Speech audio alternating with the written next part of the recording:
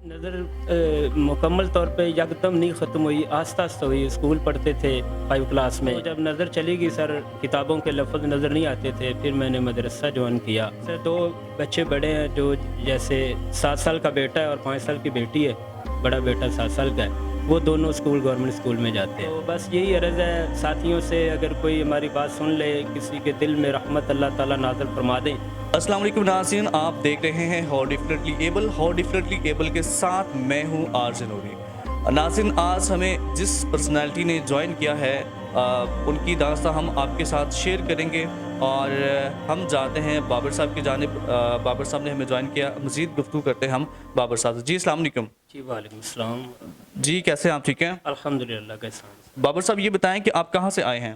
जी मैं मांगा मंडी से आया हूँ। ये बताइएगा कि आपकी जो डिसेबिलिटी है वो क्या है? जैसे कि आप ब्लाइंड हैं, ये बाय बर्थ है? जी मैं नज़र से मजूर है। ठीक है, ये आपको बचपन से है क्या? नहीं सर, ये मैं 2001 में नज़र कमज़ोर हुई मेरी। आपको हुआ क्या था? ये कैसे आपकी जो बनाई है आंखों की, ये कैसे गई? सर ये कोई हादसा नहीं हुआ, ना कोई बुखार, कोई ऐसी बड़ी बीमारी की वजह से। ये बस अल्लाह ताला की तरफ से 2 भाई बड़े हैं, और उनकी भी और मेरी तीनों की हुई है, बस अल्लाह की मर्ज़ी।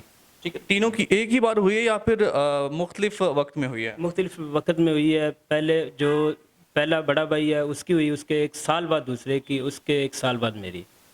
नाज़रीन, ये बड़ी डिफरेंट बात है, बड़ा मुश्किल आप सुन रहे हैं, बड़ी हैरानकुन बात है कि तीनों भाइयों की एक एक साल के बाद आंखों की जो रोशनी है वो जा चुकी है। अच्छा ये बताएं कि जब आपकी आंखों की रोशनी जा चुकी थी तो कैसा लगा था आपको, कैसे पता चला आपको? सर ये नज़र मुकम्मल तौर पे यकदम नहीं ख़त्म हुई, आस्ता आस्ता हुई। स्कूल पढ़ते थे 5 क्लास में, तो उसके बाद आस्ता आस्ता कमज़ोर होना शुरू हो गई। तो बस ऐसे ही बड़ों को पता चल गया कि नज़र कमज़ोर है। 13 साल उम्र थी मेरी जब नज़र कमज़ोर हुई। ठीक है, और अब आपकी एज क्या है? अब मेरी एज जो है वो 30 साल है। ठीक है।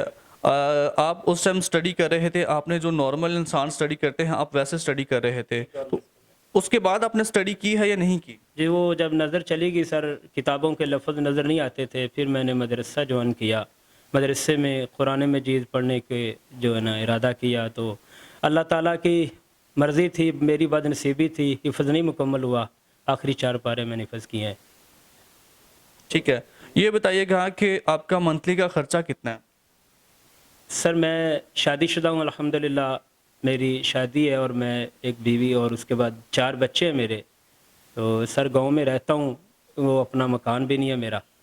तो किसी चौधरी का गाँव है, उसने मुझे जो मकान रहम जो है शफ़क़त फ़रमाई है, उसके मकान में रहता हूँ। तो जो ख़र्चा है वो तकरीबन 18-20 हज़ार होता है।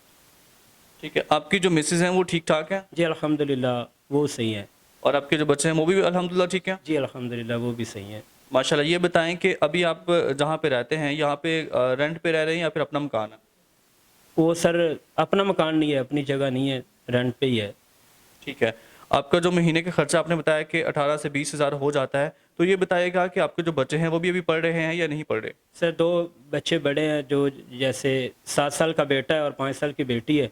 बड़ा बेटा 7 साल का है, वो दोनों स्कूल गवर्नमेंट स्कूल में जाते हैं। ठीक है। अच्छा इसके बाद ये बताइएगा कि अब आपका आगे मज़ीद क्या करने का प्लान है? सर अब तक तो अल्लाह का ही आसरा है। जैसे गांव में रहते हैं, किसी न किसी की तरफ से कोई किसी की मर्ज़ी हो दे देते हैं। मैं एक मस्जिद है उसमें इमाम नहीं है, उधर नमाज़ पढ़ाता हूँ, को अल्लाह की रज़ा की खातिर को खिदमत कर दे। तो ऐसी गुज़र बसर हो रही है जो। तो आगे ठीक है, जब अगर आपने कहीं जाना होता तो आपको साथ कौन लेके जाता है? सर मेरे 2 बड़े भाई हैं, वो तो अपने घर वाले हैं और जिनकी नज़र सही है। तो वो अपने काम पे है, उसके पास तो टाइम नहीं होता। ये जैसे दोस्त किसी को साथ ले ले, कोई कॉल आ जाए, तो ऐसे किसी ने बुलाया हो तो फिर किसी के सहारे से किसी के साथ जाता हूँ। हमारे चैनल का नाम है हाउ डिफरेंटली एबल। इसका मतलब यह है कि हम लोग जो स्पेशल पर्सन उनकी आवाज़ बनने जा रहे हैं। आप क्या कहना चाहते हैं इस बारे में? जी मैं तो कुछ नहीं कह सकता हूँ, मैं खुद आजिज़ बंदा हूँ। बस ये है कि अल्लाह ताला की रज़ा होती है जो भी होता है, और उसकी रज़ा पे राज़ी रहना चाहिए। ये जो भी तकलीफ़ है, जो भी इसके बदले अल्लाह ताला अजर ही देंगे। और बंदे जो हैं, ये इंसानों को अल्लाह ने एक दूसरे के लिए बनाया है, हेल्प के लिए। तो अल्लाह ताला सब इंसान को अपनी ख़जानों से अता फरमाए सर। बहुत शुक्रिया। ये बताइएगा कि आपकी जो लाइफ है, जब आप डिसेबिलिटी में आए हैं, आपको ये जो आंखों का मसला बना है, उसके बाद आपने क्या प्लान किया था कि आप क्या करेंगे? सर एक तो हम पीछे इस वजह से रह गए कि हम गांव में रहते थे। ये शहरों में जो नबीने हैं या मज़दूर हैं वो पढ़ते हैं, उस शहरों में उसकी सहूलतें भी होती हैं। तो हम तो गांव में रहते थे और साथ कोई साथी भी नहीं था ऐसा मशवरा देने वाला। तो हमने तो बस यही सोचा कि मदरसा में पढ़ते हैं और कुरान में बरकते हैं, कुरान के बदले अल्लाह ताला अजर देंगे इंशाल्लाह। तो कुरान पढ़ना चाहा तो फिर वो बदनसीबी अर्ज़ कर चुका हूँ कि वो नहीं पढ़ा गया। तो अब बस अल्लाह का आसरा है। ज़बरदस्त। ये बताइएगा कि आप क्या चाहते हैं? आपको क्या कंपनीज़ या फिर गवर्नमेंट क्या आपके साथ कोऑपरेट करे? सर हम तो जैसे गांव का माहौल है तो बस यही अर्ज़ है साथियों से, अगर कोई हमारी बात सुन ले, किसी के दिल में रहमत अल्लाह ताला नाज़िल फरमा दें, तो हम तो ये अर्ज़ करेंगे गांव के माहौल के मुताबिक अगर कोई 2-3 मरले हमारे रहने के लिए कोई छत मकान मिल जाए, या कोई अपना मैं दुकान कर सकता हूँ गांव में परचून की किराने की, अगर कोई हेल्प कर दे तो दुकान कर सकता हूँ, तो बच्चों का जो है ना ज़रिया बन जाए।